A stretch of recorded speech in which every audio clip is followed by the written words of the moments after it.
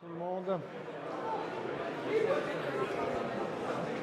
Voilà, j'espère que vous êtes bien installés.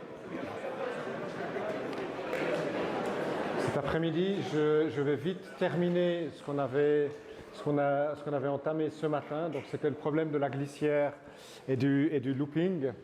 J'étais arrivé à la réponse, mais je n'ai pas eu le temps de vous montrer que c'était bien ça.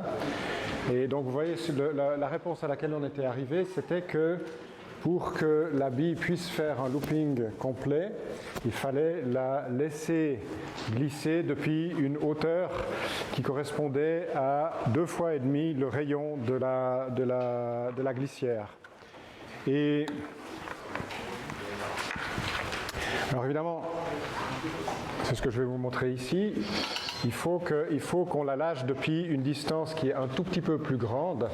Pourquoi? Parce que la chose dont on n'a pas tenu compte dans nos calculs, c'est le fait que la bille, elle roule, et donc elle prend aussi une certaine quantité de l'énergie potentielle qui est transformée en énergie de rotation. Et dans notre modèle, on n'en tient pas compte. C'est pour ça que je dois la lâcher un petit peu plus haut.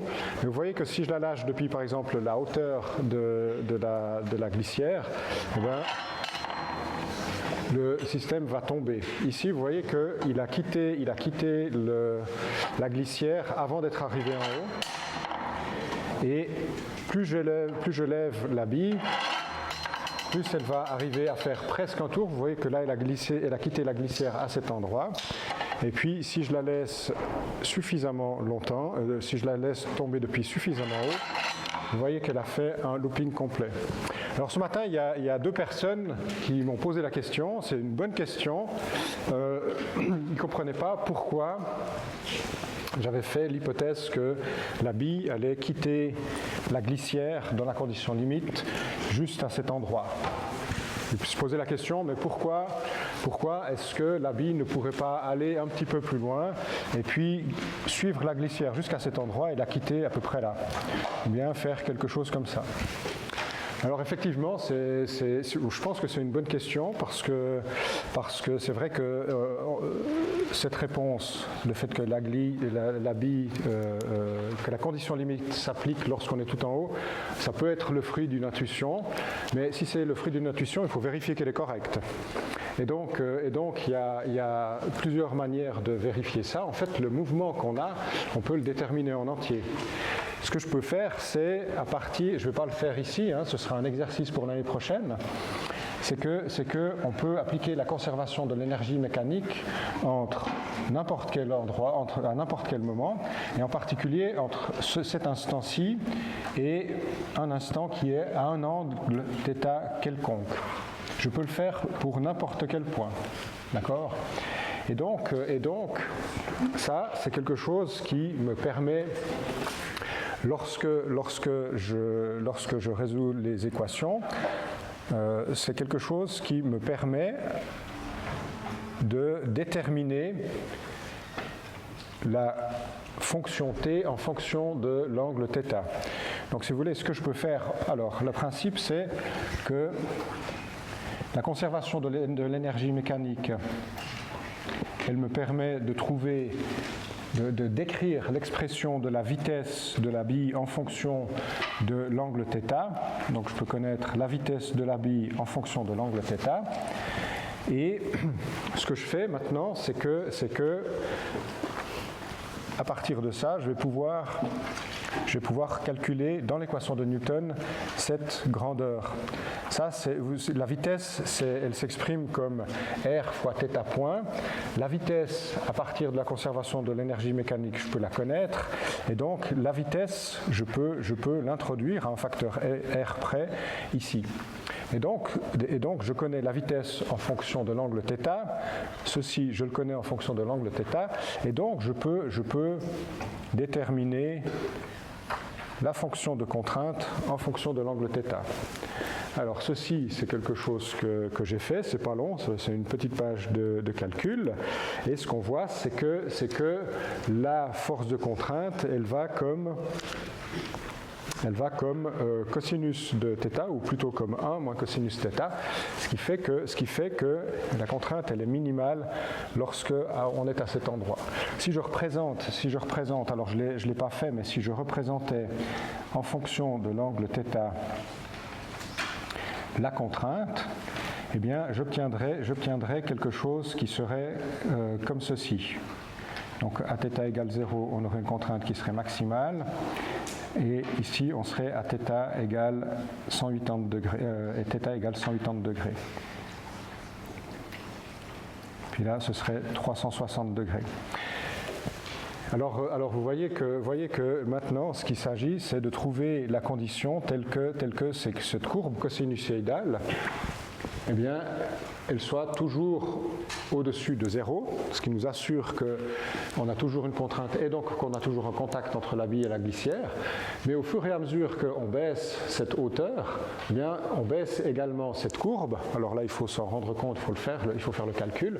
Mais à un moment donné, cette courbe, elle va toucher le 0, et elle va le toucher pour θ est égal à 180 degrés. Et c'est à partir de cette condition que vous arriverez, si vous faites l'exercice, à montrer que la hauteur minimale à partir de laquelle on doit lâcher la bille, c'est 2,5 fois le rayon. On arrive exactement au même résultat de cette manière. Oui ?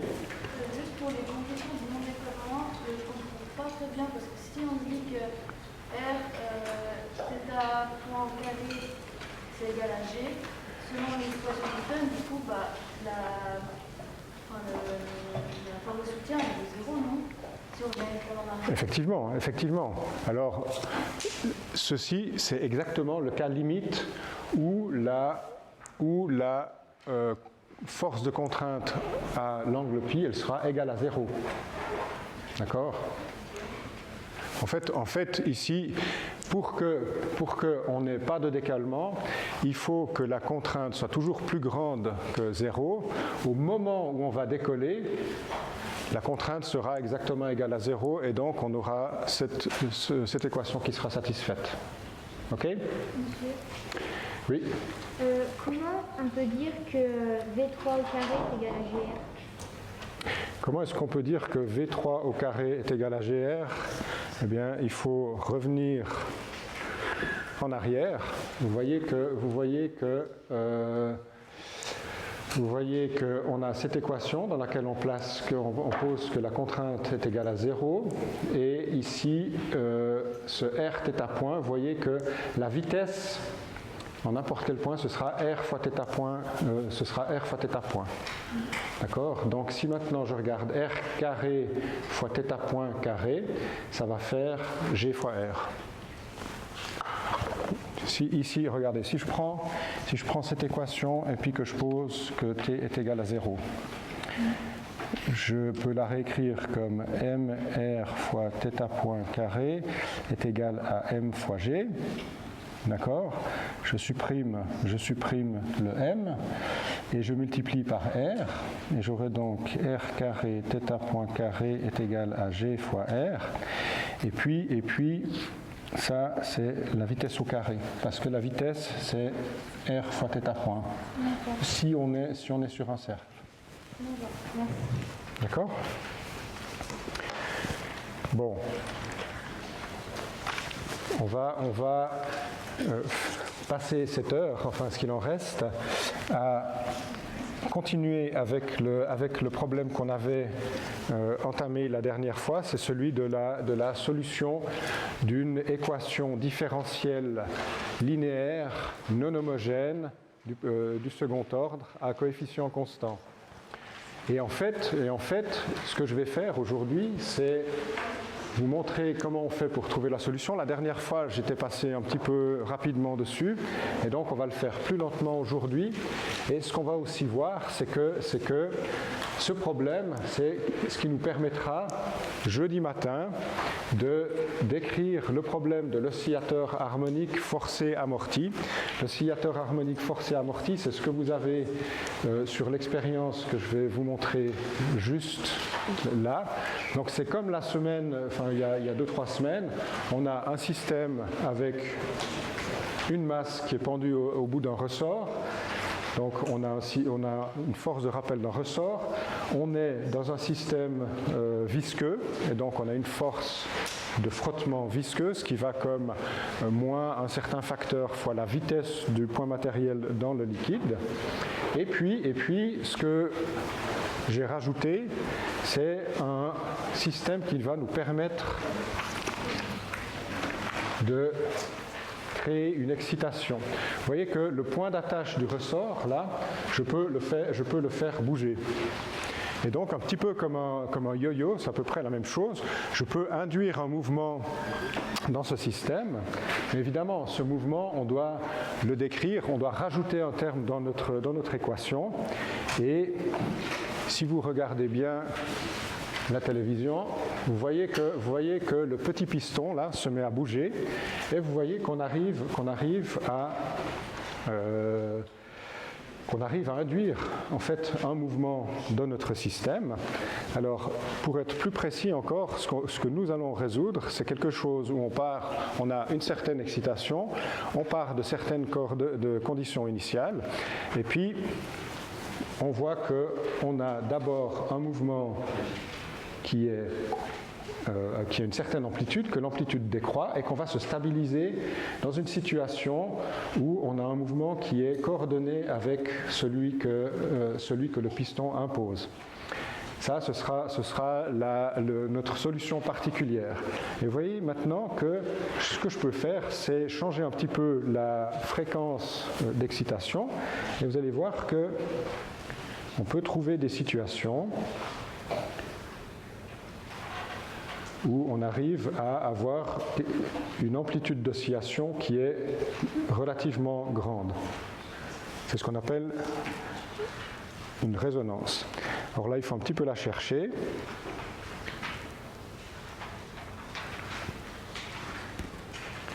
Et ce que vous voyez, c'est que si, par exemple, je vais beaucoup trop haut, vous voyez que l'amplitude de l'oscillation ici, elle a fortement diminué. Alors on verra peut-être mieux si je mets la caméra comme ça. Vous voyez que là, j'ai une fréquence d'oscillation qui est 1,55 Hz. Et si je change cette fréquence d'oscillation, eh bien, je vais changer l'amplitude de l'oscillation qu'on a ici. Et vous voyez que je peux trouver une fréquence dans laquelle les oscillations sont maximales. Ça, c'est ce qu'on appelle un phénomène de résonance et c'est ce qu'on va voir en détail jeudi. Voilà. Donc alors, jeudi, on va déjà dériver l'équation qui nous permet de décrire ce système, mais je vous la donne déjà ici. C'est une équation qui a cette forme-là, où le A, le B et le C, ce seraient les termes qui dépendent de l'oscillateur harmonique amorti. Donc c'est une équation que nous avons déjà vue. L'équation de l'oscillateur harmonique amorti, elle va comme x point plus 2 gamma fois x point plus oméga 0 carré fois x est égal à 0. Ça, c'est l'oscillateur harmonique amorti. Et donc ici, on rajoute un terme qui a une dépendance temporelle, où on a une certaine amplitude, c'est l'amplitude d'excitation de notre piston, et qui a une certaine pulsation. Alors, on a déjà fait 3 fois l'exercice pour des équations, on va le faire une 4e fois. Alors j'ai toutes les formules qui sont déjà écrites, je pourrais les réécrire au tableau, mais on va aller ensemble lentement, donc je vais les laisser comme ça, je ne vais pas écrire. Et donc pour résoudre cette équation, on aura 2 étapes. La première, ce sera de résoudre l'équation homogène. L'équation homogène qu'on trouve en posant que le second membre de notre équation est égal à 0. Et en trouvant ensuite une solution particulière de notre système, de notre équation avec second membre, donc avec ce membre-là, une solution particulière qui a la même forme que notre second membre. Et donc, si je regarde bien maintenant la méthode pour résoudre, donc on l'a déjà fait plusieurs fois ensemble, et donc j'espère que toute la partie où je décris la procédure, ça ira relativement vite. Vous voyez que l'équation homogène, c'est ax point point plus bx point plus cx point égale 0. Ce que je fais, c'est que je vais déterminer l'équation caractéristique. L'équation caractéristique, ça revient à dire, je vais chercher des solutions de la forme x de t est égal à e à la puissance lambda t, et je vais chercher quelles sont les valeurs de lambda qui me permettent de satisfaire cette équation. Donc vous voyez que si je prends une solution de la forme x est égal à e à la puissance lambda t, la dérivée de x, ce sera lambda fois e à la puissance lambda t, et la dérivée seconde de x, ce sera égal à lambda carré fois e à la puissance lambda t. Lorsque je vais remplacer ce x point dans cette équation, vous voyez que ça va me donner a fois lambda carré fois e à la puissance lambda t, plus b fois lambda fois e à la puissance lambda t, plus c fois e à la puissance lambda t. Et comme je le fais dans l'équation homogène, donc sans ce terme, eh bien, vous voyez que je peux mettre en évidence et simplifier et supprimer le e à la puissance lambda t pour finalement trouver une équation du second degré en lambda qui est ce qu'on appelle l'équation caractéristique. Alors, les racines de cette équation, vous les connaissez, il suffit de calculer le delta, et on a moins b plus ou moins racine de b carré moins 4ac sur 2a comme valeur de lambda 1 et lambda 2, tout en sachant que le signe sous la racine, comme je vous le rappelle, il va nous déterminer si les racines sont réelles ou imaginaires. Oui, monsieur? Est-ce que dans l'équation caractéristique, c'est pas a lambda au carré plus b lambda plus c? Oui, vous avez raison. Alors. Ah oui, j'ai une petite faute là. Oui, merci. Vous avez absolument raison. Et chaque année, on me le rappelle. Et j'oublie de corriger l'erreur. Mais bon. Donc vous voyez que les racines de cette équation me permettent de déterminer des grandeurs lambda 1 et lambda 2 telles qu'une combinaison de une certaine fois e à la puissance lambda 1t plus une certaine fois e à la puissance lambda 2t satisfait notre équation homogène. Et je rappelle ici, c'est jamais inutile, que pour l'instant, on n'a que toutes ces grandeurs, A1, A2, lambda 1 et lambda 2, c'est des grandeurs qui sont complexes. Alors, là, on a déjà nos deux valeurs de lambda, on est content. Maintenant, on a résolu la première partie du problème seulement. Celle-ci. Ce qu'on doit faire, c'est qu'on doit chercher une équation, on doit chercher une solution particulière. Et cette solution particulière, vu qu'on a un terme en sinus oméga t, que la dérivée du sinus oméga t, vous voyez que si je cherche une solution qui va comme x est égal à quelque chose fois sinus oméga t, vous voyez que la dérivée ça va faire intervenir des termes qui sont en cosinus oméga t, et on aura de nouveau des termes qui seront en sinus oméga t. Et vous voyez que lorsque je vais égaler les deux côtés, si j'ai uniquement ici à gauche des termes en cosinus oméga t, la seule manière de satisfaire cette équation, ce serait que le coefficient b soit égal à 0. Mais b, c'est une donnée du problème, il n'est pas forcément égal à 0. Et donc, pour être sûr que je vais pouvoir trouver une solution, eh bien, je vais devoir tester une combinaison de sinus oméga t et de cosinus oméga t.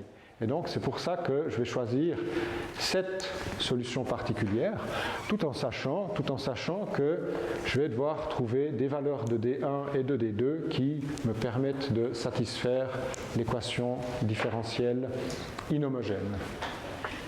Et je vous rappelle que ici, ce oméga, c'est vraiment la fréquence avec laquelle on bouge ce système. Donc alors, vous voyez que si maintenant je vais tester cette solution, je peux écrire cette solution. Je peux la dériver une fois. Donc si je dérive d1 fois sinus oméga t plus 2 fois cosinus oméga t, la dérivée, ça va me donner oméga d1 fois cosinus oméga d moins oméga d2 fois sinus oméga t, c'est ce que j'ai écrit ici. Et puis la dérivée seconde, il me suffit de dériver encore une fois, on l'a déjà fait quand même plusieurs fois, hein. On est en train de faire des gammes ici.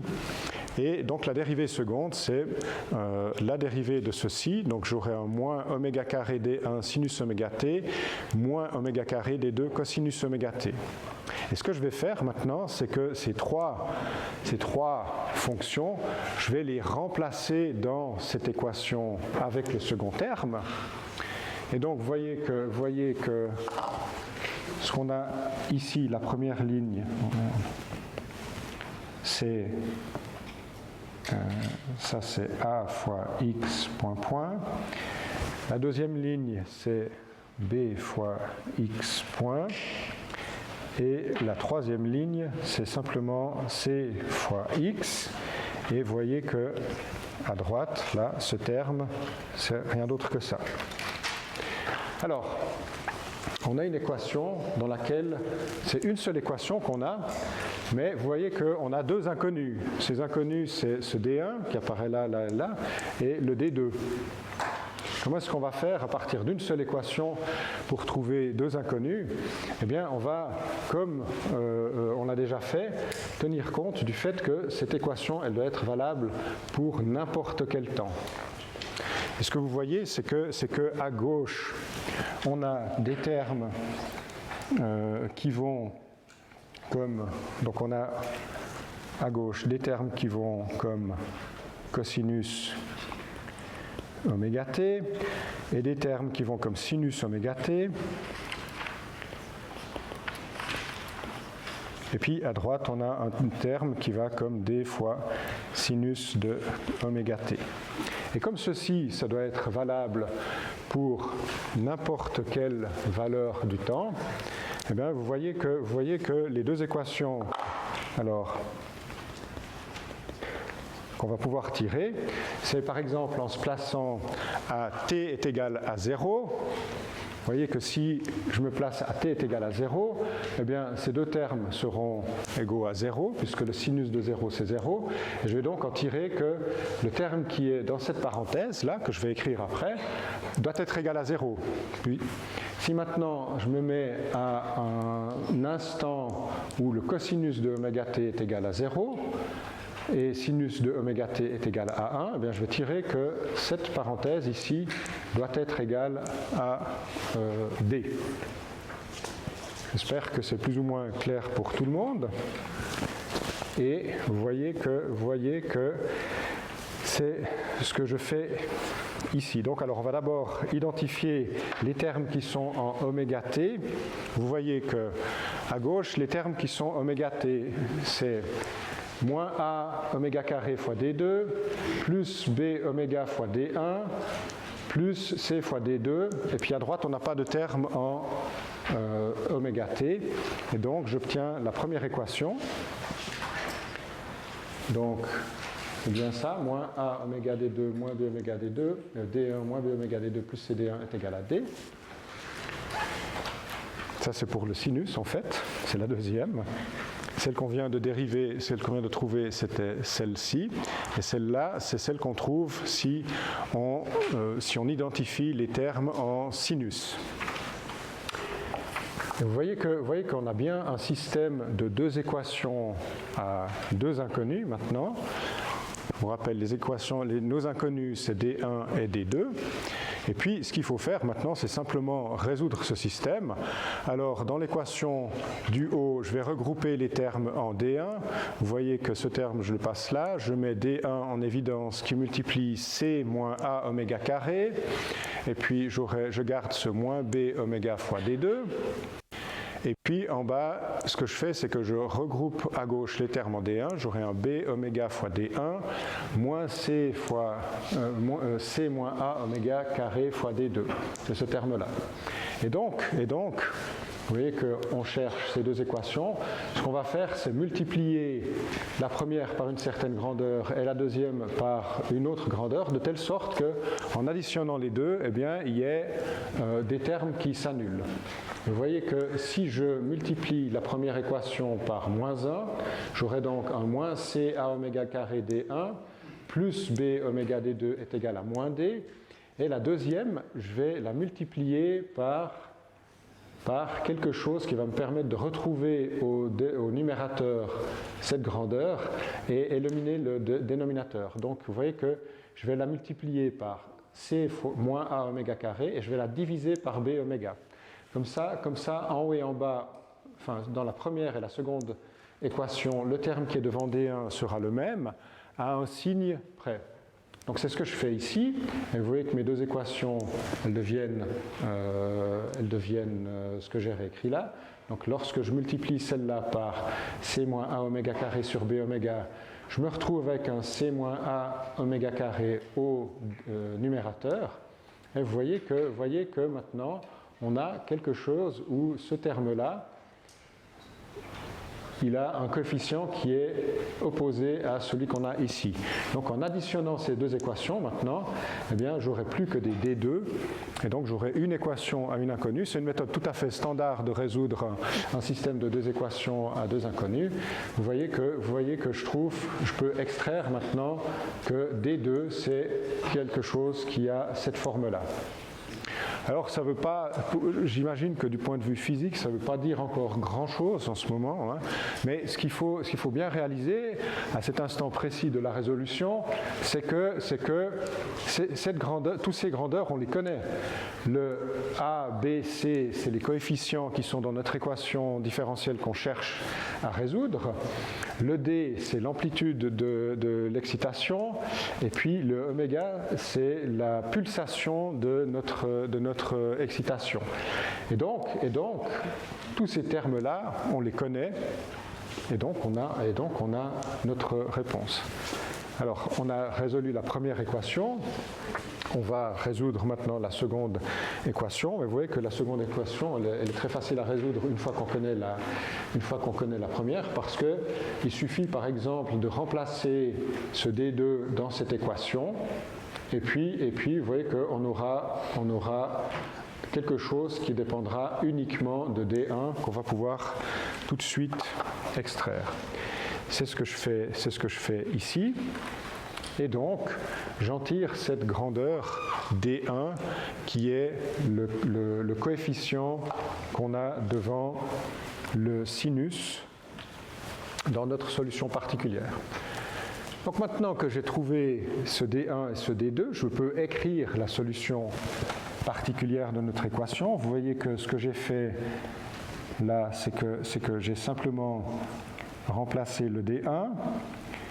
J'ai aussi remplacé le D2 et donc j'ai ma solution particulière que maintenant, pour trouver la solution générale, je dois ajouter à la solution de l'équation homogène pour obtenir donc ce qui est écrit sur la dernière ligne. Vous voyez que notre solution générale, c'est une somme de deux exponentielles complexes plus un terme qui va comme une constante fois sinus oméga t plus une constante fois cosinus oméga t.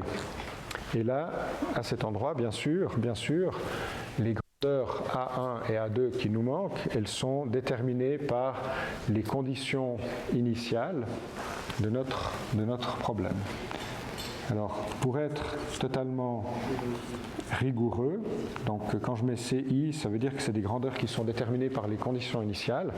Pour être totalement rigoureux, il faut encore s'assurer que notre solution, elle est réelle, mais c'est exactement ce qu'on avait fait. Il faut en fait que notre solution de l'équation homogène soit aussi réelle. C'est ce qu'on avait fait déjà la dernière fois et on avait simplement écrit les choses un tout petit peu différemment. On arrivait à écrire finalement que A1 E puissance lambda 1t plus A2 fois E à la puissance lambda t. Lambda 2t, c'était une grandeur avec une décroissance exponentielle multipliée par une fonction qui était oscillante. Vous voyez que maintenant, on a trouvé la solution, notre solution générale. On sait qu'on va devoir encore appliquer les conditions initiales. Et ça, c'est quelque chose qui fait un peu mal. Mais bon, c'est pas grave. Et maintenant ce que j'aimerais faire, c'est appliquer ce qu'on vient de voir à notre équation de l'oscillateur harmonique qui sera forcée. Voilà. Alors, l'équation de l'oscillateur harmonique forcé, c'est, on a vu, donc je la réécris encore, c'est x point moins plus 2 gamma fois x point plus oméga 0 carré fois x. Et puis on verra que c'est égal à notre fonction qui multiplie un sinus oméga t. Donc une grandeur fois sinus de oméga t. Alors vous voyez que je peux tout de suite identifier les termes par rapport à ce qu'on avait ici avant. Vous voyez que les grandeurs qui interviennent dans ces fonctions, eh bien, je les connais déjà, donc je peux simplement les remplacer. Ce que je peux remplacer aussi, c'est les solutions de l'équation homogène. Et donc, ce qu'on avait vu dans le cas d'un oscillateur faiblement amorti, c'était que cette grandeur gamma, qui décrit l'amortissement, eh bien, elle était plus petite que la fréquence d'oscillation naturelle de l'oscillateur. Donc, le oméga 0, ce serait l'oscillation qu'on aurait si on mettait notre système à l'air, s'il n'y avait pas de force de frottement visqueux. Le oméga 0, c'est celui qui décrit le mouvement que vous voyez là. Et donc on avait remplacé, on trouve nos valeurs lambda 1 et lambda 2 qui satisfont l'équation homogène. Et finalement, ce qu'on avait vu, c'était, donc là il y a un petit peu de travail pour arriver, mais on avait vu qu'on pouvait écrire notre solution de l'équation homogène comme une grandeur qui décroît dans le temps, E à la puissance moins gamma t, multipliée par une grandeur oscillante. Et donc, si je compare, si j'essaye de représenter cette fonction, vous voyez que la partie oscillante, c'est celle qui serait comme ça, et puis la partie décroissante, c'est celle qui irait comme ceci. D'accord ? Ça, c'était la solution de l'équation homogène. Maintenant, la solution de notre équation particulière, vous voyez que bien qu'elle semble prendre une forme très très compliquée, puisque en remplaçant le A, B, C, D dans les équations, vous voyez que je trouve quelque chose qui a une forme qui est un petit peu compliquée, mais je vous rappelle que cette grandeur-là, elle est connue et c'est une constante. Là aussi, cette grandeur, elle est connue et c'est une constante. Et ce qu'on a déjà vu aux exercices, c'est que si je prends la somme d'un cosinus et d'un sinus qui ont la même pulsation, eh bien la somme de ces deux choses, c'est toujours une fonction qui oscille, avec peut-être un déphasage par rapport pour décrire la valeur de la fonction en t est égal à 0. Mais ce qu'on voit, c'est simplement que la solution particulière de notre équation, eh bien, c'est simplement une oscillation qui est à la même pulsation, à la même fréquence que notre excitation. Alors, je reviens maintenant au système. On peut visualiser notre solution particulière puisque alors, je laisse le système évoluer et vous voyez que au bout d'un moment, si je prends la solution de l'équation homogène, et puis que j'attends, que je laisse le temps s'écouler suffisamment lentement, eh bien la partie qui décrit l'équation homogène, elle va tendre vers 0, et il ne me restera plus que la partie qui décrit la solution particulière. Et donc, ce que vous voyez là, en faisant l'hypothèse qu'on a attendu suffisamment longtemps, c'est vraiment, vous voyez là, la solution particulière de notre équation. Et vous voyez que, évidemment, si maintenant je superpose les deux, donc vous voyez que alors j'ai écrit la formule pour la solution de l'équation générale, hein, c'est un peu compliqué.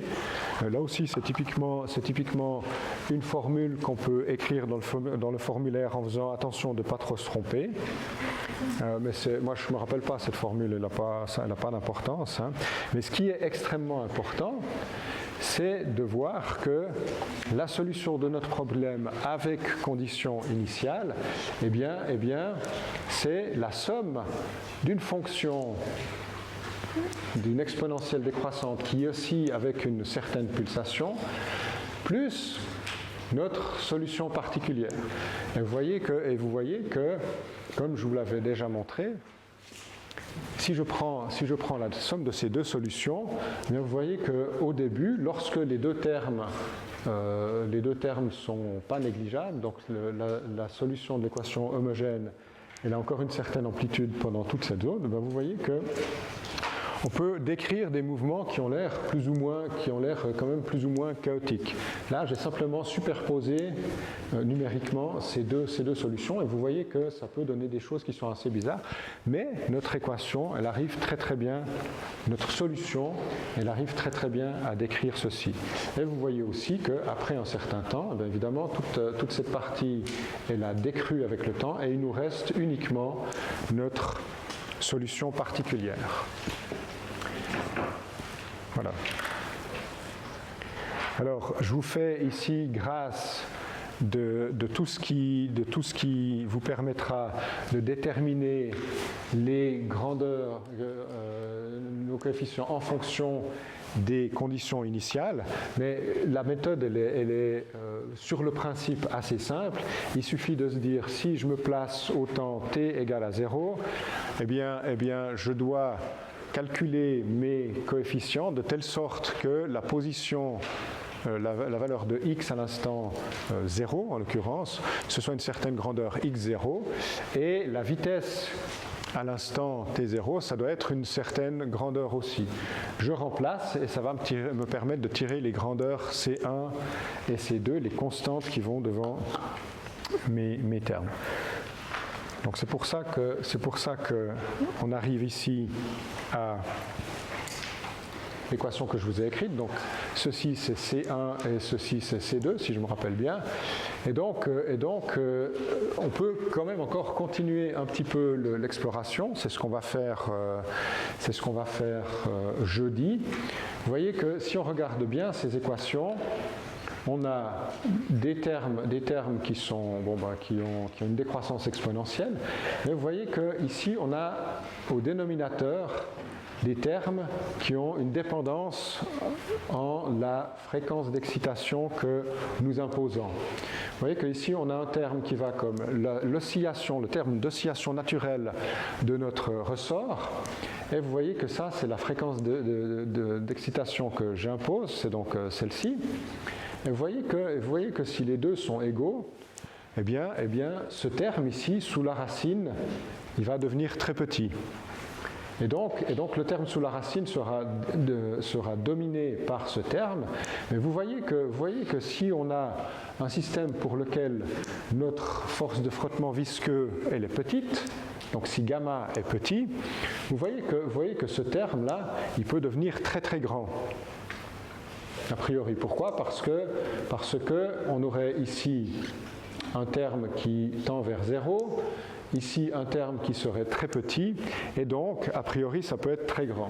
Ça se voit encore mieux pour ce terme ici, parce que vous voyez que là, on peut se poser la question, on a un terme qui tend vers 0 ici, mais on a aussi quelque chose qui tend vers 0 au dénominateur, donc on a 0 divisé par 0 au carré, on ne sait pas exactement ce que c'est, donc il va falloir qu'on traite le problème rigoureusement, mais la chose sur laquelle je voulais attirer votre attention, c'est que maintenant, si on regarde ce qui se passe en fonction de la fréquence d'excitation, eh bien, il y a des fréquences d'excitation pour lesquelles notre solution particulière pourra prendre une amplitude qui sera très grande.